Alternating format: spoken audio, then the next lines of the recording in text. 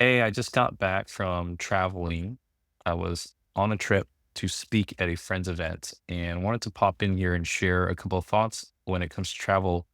A lot of people tend to glamorize travel. We think that it's all amazing, and it can be. It can be amazing. Like I've been privileged to travel for quite a long time in my life.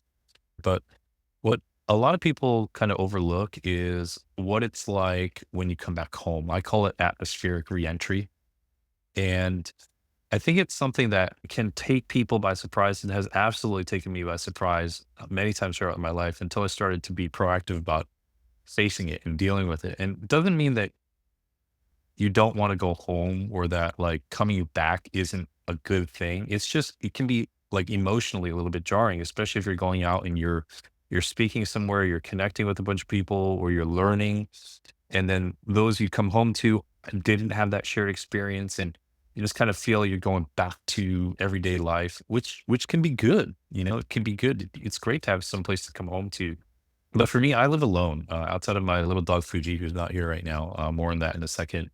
I live alone, and I'll be honest. Like there have been times I've been on the road and have some had some amazing experiences, had some major breakthroughs, met wonderful people, saw really cool things, and then I'd come home and I'd feel like, wow, I did all that and for what? Like I have nobody to come home to. I have no one to share anything with. And um it's not a woe is me thing, but I think we're all human.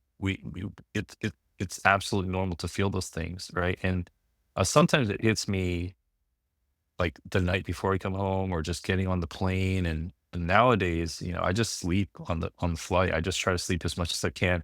It doesn't matter what time of day it is. I just try to sleep on the flight. And I sort of like try to unplug from that reminder. It sometimes feels like, what are you doing all this for? Like you got no one to come home and share this with and nobody check on you or nobody like, unpack the experience with. And so one of the things that I've done over the years is to buy myself something the day before I leave, like on Amazon, could be something really simple. And when I come home, it's there waiting for me. Like this little candle right over here. Hey, I did that on this last trip, this recent trip.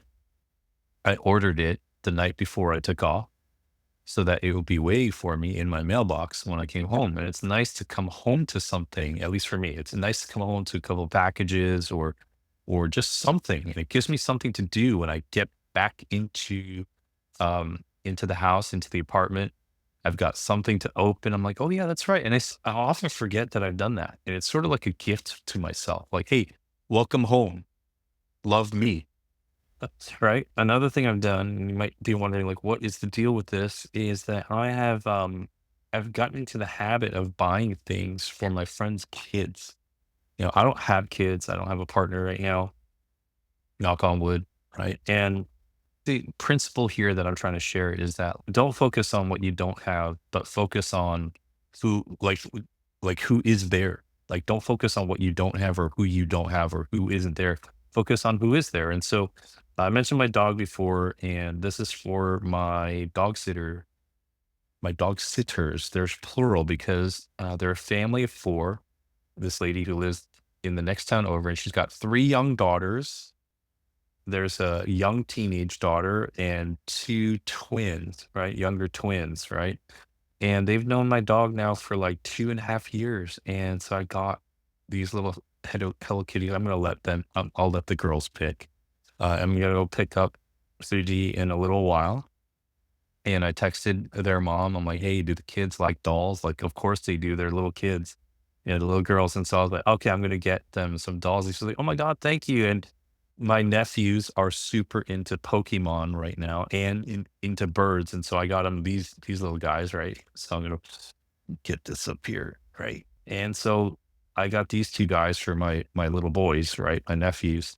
I was texting my sister. I was like, "Hey, the kids still love Pokemon, right?" So look at me. I'm trying to make a stuffed animal family photo here, and so these are like just doing things like this has made travel like a little bit more meaningful for me because like now I can bring something back and share them. And my parents didn't travel a lot that I remember when I was the kid growing up. And I've heard from people oh yeah, my dad or my mom when they just travel, they bring me back something. It was always super cool. And so I'm just trying to, emulate that, model that, in some ways. Again, I guess the point I'm trying to make is it's really easy to focus on what you don't have or who's not there rather than who is there and who you do have in your life and what you can do to kind of make those experiences a little bit more meaningful. And so I'm super excited that I got these little critters for the other little critters in my life. And I've been like surprised over the years how nice it's been to like come home to a package, like just a simple candle or a pack of new pens or like whatever it is, right? Like a new wall decoration or something, or a book that I've ordered while I was on the trip and it'd be waiting for me when I got home. So next trip you've got coming up, try this out. Get a gift for yourself, anticipate, like, especially if you have experienced what I shared before.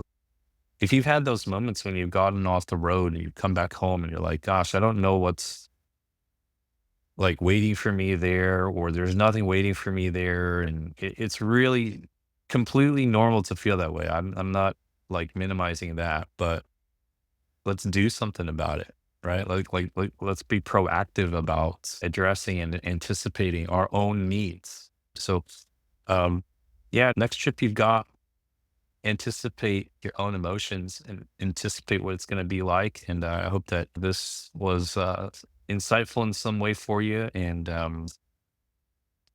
if you enjoyed the video in any way, let me know. Leave a comment or hit like and subscribe. And have a great trip. Bon voyage.